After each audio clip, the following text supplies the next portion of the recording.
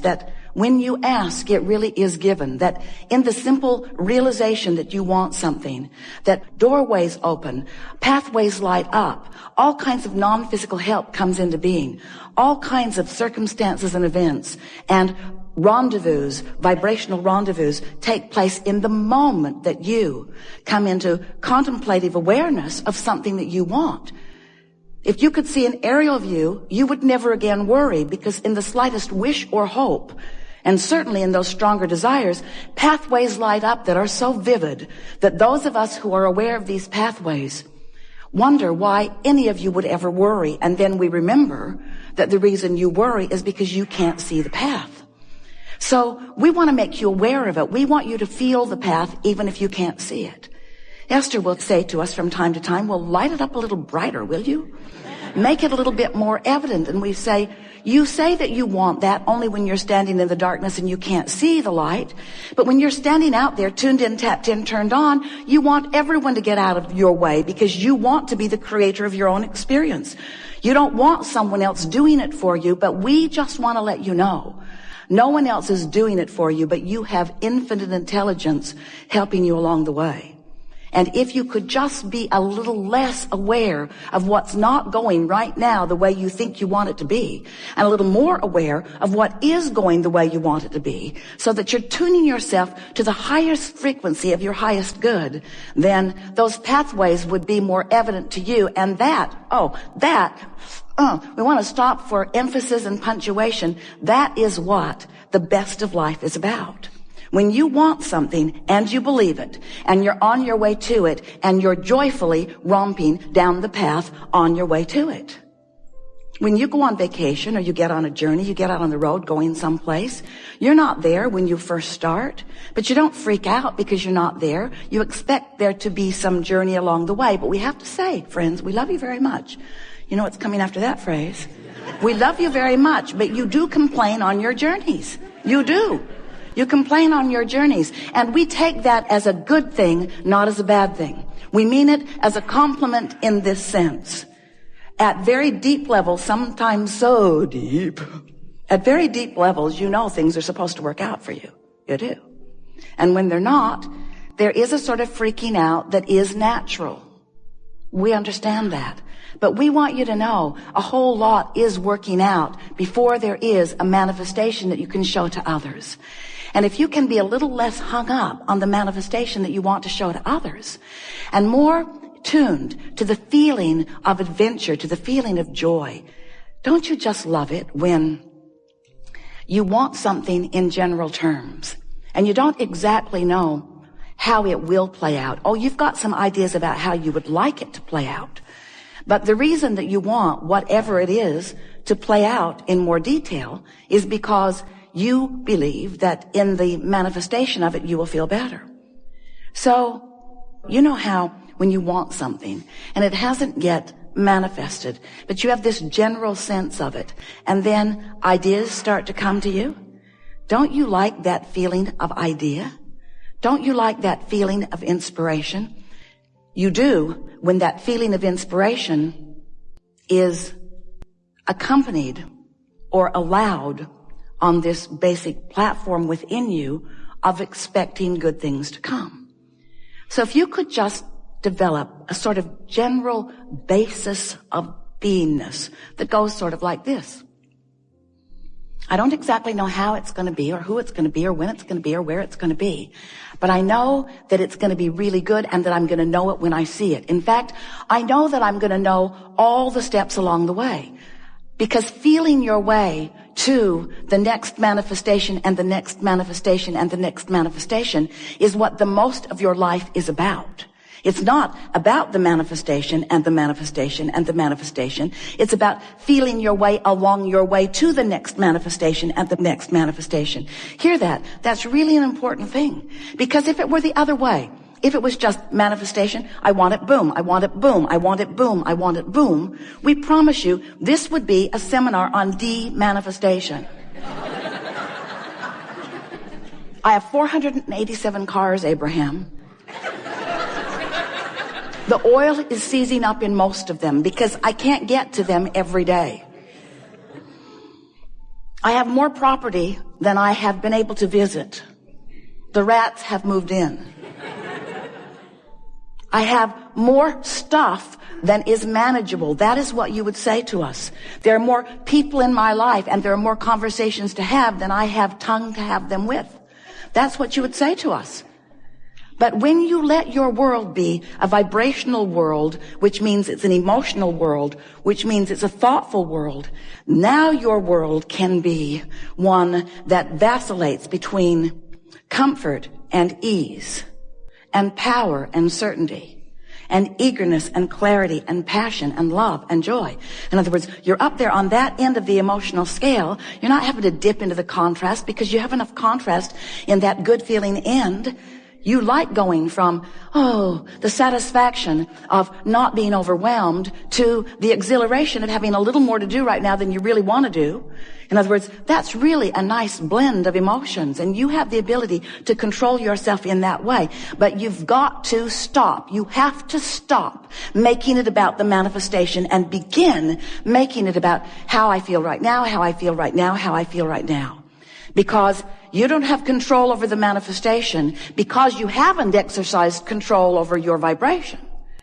But if you start making it about exercising control over your vibration, control over your emotion, control over your thoughts, control over your words, control over your general approach to physical life experience, what you're going to begin to notice is that you have control over all of the specifics of your life. Not just what, but where. And not just where, but who. And not just who, but when. You get to dictate every single part of your experience. You get to call the shots. You are the only one that ever calls it in, and you're the only one who ever holds it out and keeps it from coming. So do you have any idea? We do. And we're not mocking you. Well, a little. Do you have any idea how many experiences you have called to you that you're not allowing to flow with the ease that is possible? And do you know the one reason why you're not allowing these things, experiences, people, places, events, circumstances, dollars to flow to you in the way that you want? It's because you are fixated on the observation of what is. And you are letting the absence of what you want in your what isness dominate your vibration, set up a vibrational field that holds it apart. So you've got this pull, push thing going on. I want it, but I want it now, and I want it yesterday, and I want it so much, and the not having of it has me upset. That's basically what your vibration, most of you, we love you so much. But we thought you might like to start this new year off knowing how to create your own reality. Because nobody else is creating your own reality, you see. That's why it's called your own reality. Your own reality. You are the creator of your own reality, which means you are the vibrator of your own beingness, which means you are the thinker of your own thoughts. You are the perceiver of your own world. You are the attractor of your own experience. You are the maker of your own life. You are the uplifter of your own being. You are the magnificent genius creator who came into this physical body with the express intent of mixing it up, of looking around, of identifying what you want, of achieving vibrational harmony with it, and then taking glory, watching with reverence and appreciation and rambunctious zest for life, watching the components of your creation come into place one by one to, in some cases, surprise you, and in every case, delight you to the power and the clarity and the worthiness and the goodness and the readiness and the bigness of that which is you. We love visiting with you. We like so much a group like you gathering together, people all around the world. We're pleased that you're there too. Listening to our rampage of appreciation of the life that you are living, your life that you are living. But you can't live your life without those like us benefiting from your exposure to your life.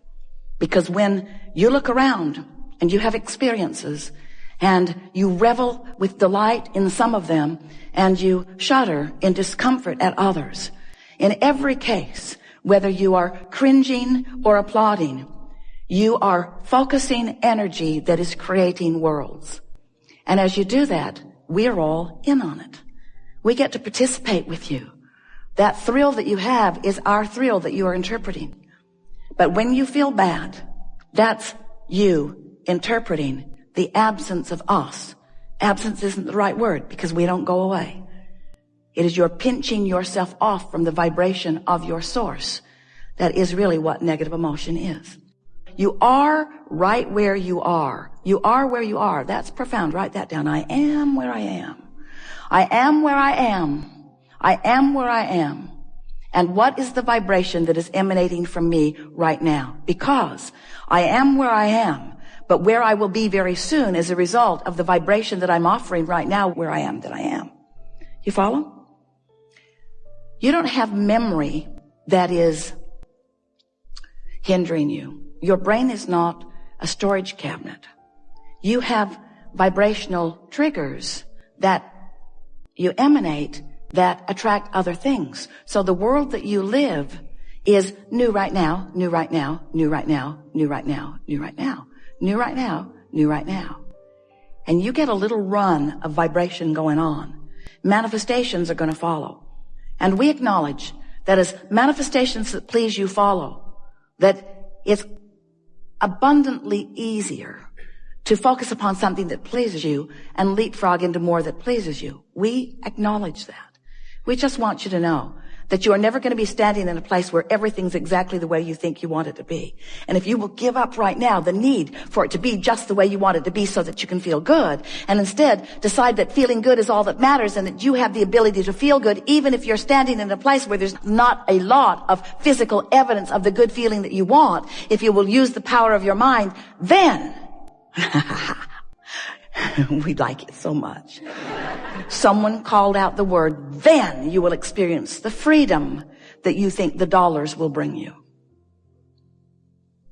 We've enjoyed this interaction immensely. We always like it best when you are patient enough to allow us a rampage of vibrational reality.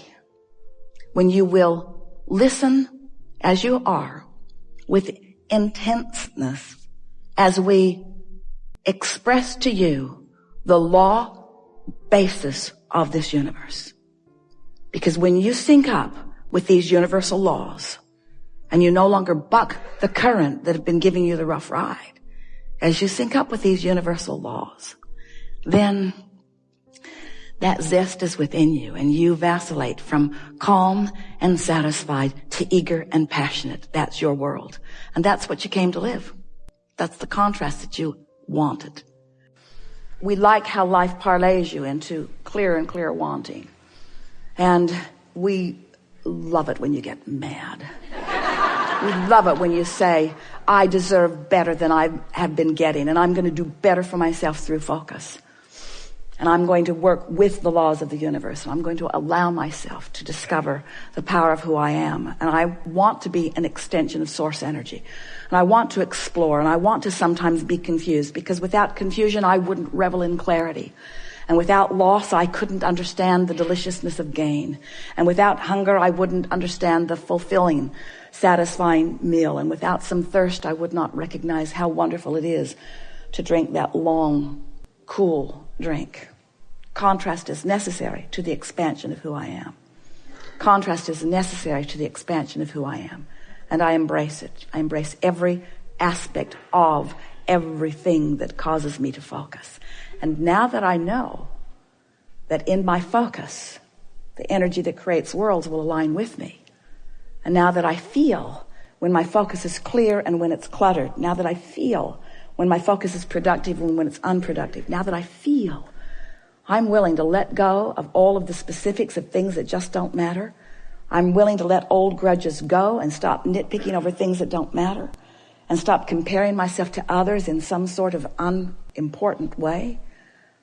I am ready to live the unconditional love that I came to live and to focus that unconditional love on me, on me, on me, on me.